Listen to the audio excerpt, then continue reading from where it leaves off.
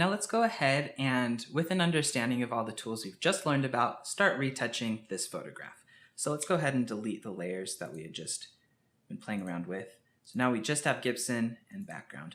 One thing that's useful with composites is to make your adjustments within a smart object, especially if you're cutting out elements and then placing them in areas of your composite. You want to be able to make sure that you're not getting too cluttered within here with just tons and tons of layers. And then also you don't have to make sure you're moving around all of your adjustments, and if you add a healing brush to a separate layer and then move one layer but forget to move the healing brush layer, you don't have to worry about all of that if you create a smart object. So let's select both of these and click Convert to Smart Object. And now we'll double click on the smart object. Moving forward, we will make the retouching adjustments on this layer. So let's go within this smart object. So we can exit out. This is the background layer that we had opened up. I'll exit out of that. So now we have the document and then our smart object. So in here, let's go ahead and add a new layer. Name it Healing Brush. Let's, with the healing brush, go over some of these areas. So I will use healing brush tool, and let's see, this is one area. I have like this weird thing here. I think it's like a piece of hair when I shaved. So that's beautiful. And then there's like little blemishes there. I think there's zits or something. So just get rid of those. Now when you get in here, because the contour of the nose here, you have to match the lighting perfectly. So if I just like select here, paint there, I could mess it up a little bit. So I can just bring my brush size down to find the source right here, paint on there. Now I've made much more specific changes on my image. You can see that we're getting into like areas where you're looking at individual pixels. So it's getting a little too specific, honestly, but we're just showing how we can use the spot healing brush tool, or the healing brush tool, in this type of situation. Now let's go down here. I have these huge pores, and honestly, like for the purposes of this project, I don't know, I just have big pores and that's just what I look like. So I don't really need to get rid of all of those. Some of them are a little more distracting than others. So if we did want to clean it up a little bit, we could go ahead and do that.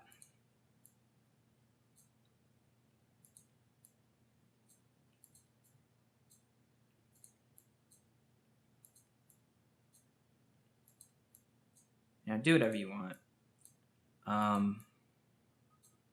It can get uncomfortable looking at your face this closely, to be honest. And when you're working on a composite, the great thing is that usually your subjects aren't right smack dab, like huge blown up right in front of you. So those tiny little adjustments aren't as big of a deal.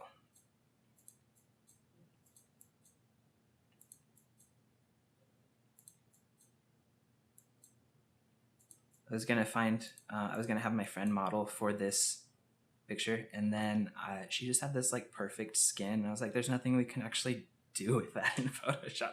So I did it instead. And it's a little awkward going over someone's face with just like pixel by pixel, make sure you're analyzing everything correctly. So I thought it would be easier if I just did it for myself.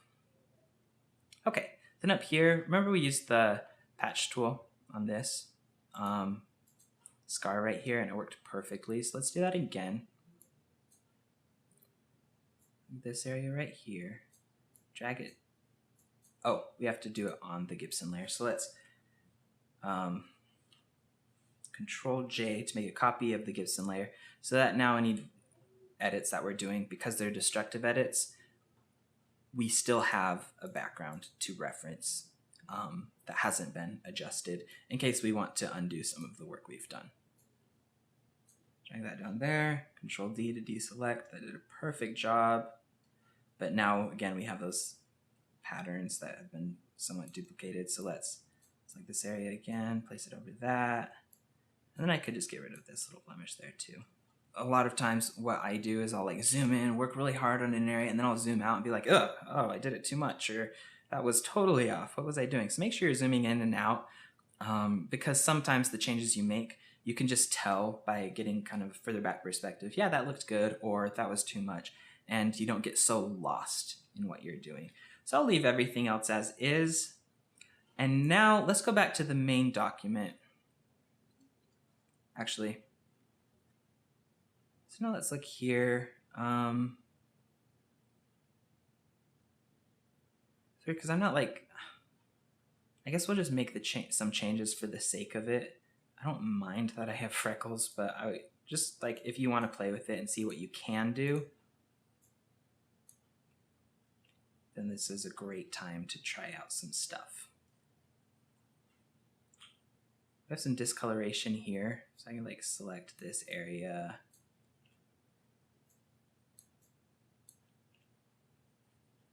If we zoom out, that didn't look good. Honestly, I think I'm hot, so we'll just keep moving forward. Now, in the next section, I'll teach you about some of the really fun tools that you can make some more extreme adjustments with in Photoshop.